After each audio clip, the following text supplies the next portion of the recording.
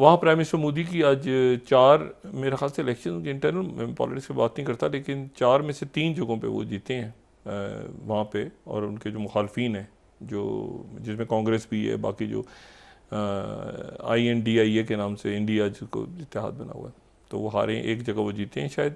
और ये इनको जो बीजेपी को फतह हासिल हुई है कि जब इलेक्शंस होंगे भारत में तो फिर एक बार फिर नरेंद्र मोदी जो है वही प्राइम मिनिस्टर के तौर पर ओथ लेंगे, वही as a prime minister of Hindustan या प्राइम मिनिस्टर ऑफ इंडिया के तौर पे हम उनको देखेंगे। क्लीन स्वीप हुआ है, कैसा देख रहे हैं कि बीजेपी का कोई तोड़ नजर जैसे नहीं आ रहा किसी और पॉलिटिकल पार्टी के पास, बाकी ऐसा है या कुछ और है?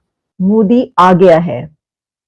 प्राइम मिनिस्टर नरेंद्र मोदी ने कामयाबी के बाद अपने राइवल्स को डंप करने के बाद उनको वार्निंग भी दी है। लेकिन पब्लिक जो है वो इस वक्त भी जो है वो बीजेपी के साथ है। पब्लिक इस वक्त भी मोदी जी को ही प्राइम मिनिस्टर देखना चाहती है। देखो उनका मेडिकल सेक्टर, देखो उनका कौन कौन सा सेक्टर मैं बताऊं जो नई तरक्की में, हर फील्ड में तरक्की में, किसकी वजह से? प्राइम मिनिस्टर मोदी की वजह से। इसलिए तो कहते हैं कि मोदी है तो मुमकिन है।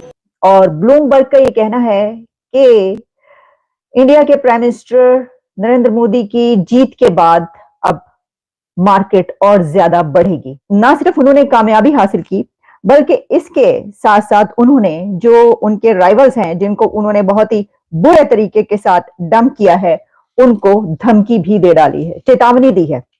जो प्राइम मिनिस्टर नरेंद्र मोदी है, उन्होंने वार्न किया है अपने राइवल्स को, अपने मुखालफिन को, अपने दुश्मनों को, यानी कि उन पार्टीज को जो कि उनके खिलाफ उनके मद्दे मुकाबिल थी। और जाहिर है कि आप जानते हैं कि कांग्रेस जो है इसमें सरफहरिस्त है, उनको उन्होंने एक क्या कहा है, वार्न किस तरीके से किया, वो भी आपके सामने रखेंगे। ब्लूमबर्ग क्या कह रहा है वो भी बताएंगे। देखिए, ये जो मैं अपने प्रोग्राम्स में कई दिन से ये कह रही थी कि जालिमों मोदी आ रहा है, तो वो अब तय हो गया। अब ये पता चल गया कि अब वो आ नहीं रहा, अब वो आ गया। बहरहाल हम आपको ये बताते चलें कि एक बार फिर जो है लोकल बॉडी इलेक्शंस में तो खैर बीजेपी की जीत हो ही गई है और लग यही रहा है। बल्कि लग क्या रहा है, ये भी ऑलमोस्ट बात कंफर्म है कि जब इलेक्शंस होंगे भारत में तो फिर एक बार फिर नरेंद्र मोदी जो है वही प्राइम मिनिस्टर के तौर पर ओथ लेंगे, वही as a prime minister of Hindustan या प्राइम मिनिस्टर ऑफ इंडिया के तौर पे हम उनको देखेंगे। ये और बात है कि पाकिस्तान में जो इलेक्शंस होते हैं उसमें इलेक्शंस तो नहीं होते, लेकिन हमें पहले से ही पता होता है कौन प्राइम मिनिस्टर आ रहा है, कौन चीफ मिनिस्टर आ रहा है, कौन फॉरेन मिनिस्टर आ रहा है, किसको हटाया जा रहा है, किसको लाया जा रहा है। खैर पाकिस्तान का प्रोसेस कुछ और है। हमारे यहाँ जो है जो लोग फैसले करते हैं वो आपको मालूम ही, हमारी स्टैब्लिशमेंट है जो कि ये डिसाइड करती है कि कौन आ रहा है और कौन जा रहा है। लेकिन भारत में वोट जो लोग देते हैं, यानी कि पब्लिक जो है उसकी इंपॉर्टेंस है। जो पब्लिक वोट करती है उस वोट के ऊपर ही जो है फैसले किए जाते हैं और उस वोट के जरिए ही कोई भी प्राइम मिनिस्टर या कोई भी पॉलिटिकल पार्टी जो है वो अपनी हुकूमत बनाती है। जय हिंद दोस्तों। तो जैसा कि पाकिस्तानियों को बड़ी तकलीफ हो रही है, और तकलीफ इसलिए हो रही है क्योंकि अभी 5 राज्यों में भारत में चुनाव हुए थे, उनमें से जो 3 प्रमुख राज्य थे जो कह सकते हैं कि लोकसभा के चुनाव में काफ़ी अहम भूमिका निभाते हैं, उनमें बीजेपी जीत जाती है। अब इन लोगों को, पाकिस्तानियों को ये उम्मीद थी कि 2024 में तो नरेंद्र मोदी जाने वाले हैं। हो सकता है मतलब नरेंद्र मोदी प्रधानमंत्री ना बने, इनका पूरा का पूरा फोकस था और इन्हें शायद उम्मीद भी थी, और वो उम्मीद इन चुनावों के जो परिणाम आए उनसे टूट गई है। और इन चुनावों के परिणामों को आप देखें तो दुनिया भर की नज़र थी। इससे ये डिसाइड होने वाला था कि प्रधानमंत्री मोदी का जो प्रभाव भारत में है वो बना है या फिर टूटा है, क्योंकि शेयर बाजार ने रिकॉर्ड तोड़ दिया है। यानी कि दुनिया भर के निवेशकों को यकीन हो गया है कि अब भारत में 2024 में नरेंद्र मोदी आने वाले हैं, और नरेंद्र मोदी अगर बैठेंगे तो स्टेबल सरकार रहेगी और जो निवेशक पैसा लगाते हैं वो पैसा उनका सुरक्षित रहेगा।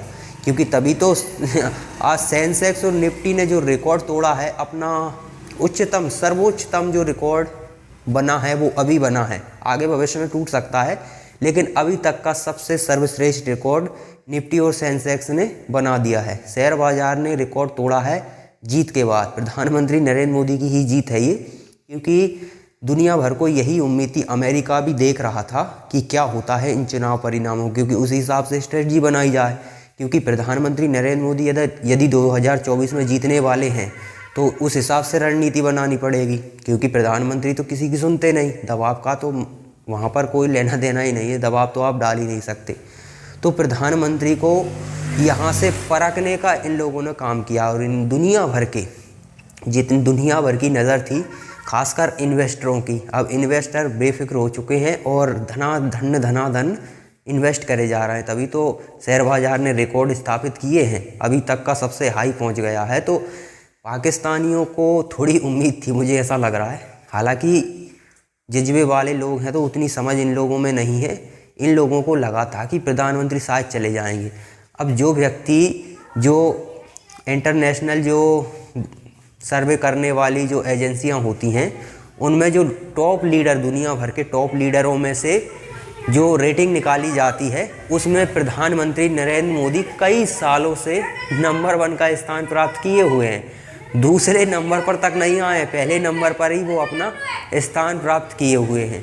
अब आप सोच सकते हैं इस बात से कि इन लोगों को इतनी भी समझ नहीं है कि जो व्यक्ति पॉपुलैरिटी की पायदान से नीचे ही नहीं आ रहा है, उसे 2024 में भारत की जनता हटा देगी। तो कैसे हटा देगी? जो व्यक्ति भारत में इतना पॉपुलर है उसे स्वाभाविक है हटना नहीं है। लेकिन पाकिस्तानियों को इतनी समझ शायद नहीं है, वो अलग ही विस्तार से सोचते हैं, और अब तो उन्हें जो उम्मीद थी वो टूट चुकी है। अब वो मतलब बहुत निराश है पाकिस्तानी, उन्हें समझ आ गया है कि मोदी की जीत यानी कि हमारी बर्बादी, ये पुख्ता है। इनको लगता है कि भारत में कोई और गवर्नमेंट आ जाएगी तो फिर इनके हाथ में एक एज होगा, और स्वाभाविक है जॉर्ज सोरोस जो अमेरिका में बैठा हुआ है, ये लोग रिजीम चेंज करने के लिए जाने जाते हैं, जहाँ पर डेमोक्रेसी होती है वहाँ फंड अनाउंस करते हैं। अब जॉर्ज सोरोस ने भी कहा था कि अडानी को हटा दो तो मोदी गिर जाएगा। मतलब अब आप बताइए कि इन लोगों को ये लगता है कि अडानी से मोदी टिका हुआ है, इन लोगों को ये पता नहीं है कि मोदी के एक आह्वान पर पूरा देश एक साथ खड़ा हो जाता है। मोदी से सभी को मतलब है, अडानी मडानी ऐसे न जाने कितने अडानी इस देश में हैं, कितने ही गिर जाएं कोई फ़र्क नहीं पड़ता नरेंद्र मोदी के लिए। नरेंद्र मोदी की पॉपुलैरिटी खुद उनके कार्यों से है, जो प्रतिष्ठा, जो निष्ठा, जिस ईमानदारी से वो अपना काम करते हैं, जिस ईमानदारी से वो देश की सेवा कर रहे हैं, इसीलिए वो नंबर 1 बने हुए हैं। अडानी ने उन्हें नंबर 1 नहीं बनाया है। तो जॉर्ज सोरोस अब बुढ़ा है, ये शायद 90 साल का है, उसका उतनी ही समझ है, उसी हिसाब से सोचता है, क्योंकि जहाँ पर ये रिजीम चेंज इसने कराया है उसे लगता है कि बिजनेसमैनों को गिरा दो तो वहाँ का जो लीडर है वो गिर जाता है। अब स्वाभाविक है यहाँ के लोग मोदी पर ट्रस्ट करते हैं, ये जितने भी बिजनेसमैन भारत के हैं उन लोगों के गिरने से भारत की जनता को ये फ़र्क नहीं पड़ता कि मोदी को गिरा दिया जाएगा। भारत की जनता का नैरेटिव क्लियर है, क्योंकि इस तरह से ईमानदारी से काम करने वाला प्रधानमंत्री भारत में शायद मैंने तो नहीं देखा अभी तक। इस ईमानदारी से काम करते, पहले रहे होंगे, पहले वाली बात अलग होती है, जो गुजर गया उसे गुजर जाने, तो जो अभी है उसे देखो, भविष्य क्या होगा उसे भी छोड़ो। अभी प्रधानमंत्री नरेंद्र मोदी हैं, और अभी तक मेरे हिसाब से तो कोई ऐसा प्रधानमंत्री नहीं आया जो इस ईमानदारी से देश की सेवा कर रहा हो, और ये पाकिस्तानियों को चुभना लाजमी है, क्योंकि पाकिस्तान को सबसे ज़्यादा नुकसान है। अमेरिका है, नुकसान उसे भी है, लेकिन वो फिर एडजस्ट करेंगे। चीन है, उसे भी नुकसान है, लेकिन वो खुद की इकोनॉमी बहुत बड़ी है अभी उसकी, लेकिन हालांकि दुख है उसे, क्योंकि अब भारत आगे बढ़ेगा तो चीन का नीचे गिरना तय है। क्योंकि एप्पल की कंपनियां जो चीन से आईफोन बनाकर दुनिया में बेचती थी, अब वो भारत से बनाकर बेचने लगी। तो इस तरह से कई कंपनियां चीन से निकल चुकी हैं, और अब तो चुनाव की जीतने के बाद चीन से और भी लोग निकलेंगे, क्योंकि अब उन्हें ट्रस्ट हो गया कि 2024 में मोदी आने वाले हैं, यानी कि एक स्टेबल सरकार भारत में आने वाली है। तो इसीलिए शेयर मार्केट रिकॉर्ड तोड़ रहा है, और पाकिस्तानी अब समझ गए हैं कि मोदी की जीत यानी कि हमारा खात्मा निश्चित है। क्योंकि इन्हें सबसे बड़ा डर ये लग रहा है कि प्रधानमंत्री नरेंद्र मोदी ने वादा किया था 370 हटाएंगे, हटा दिया, राम मंदिर बनवाएंगे, वो बनवा रहे हैं। तो अब एक और वादा उन्होंने किया था पीओके वापस लेने का, तो इन्हें सबसे ज़्यादा डर है कि पीओके हाथ से ना चला जाए, इसलिए इन पाकिस्तानियों को इतनी पीड़ा हो रही है।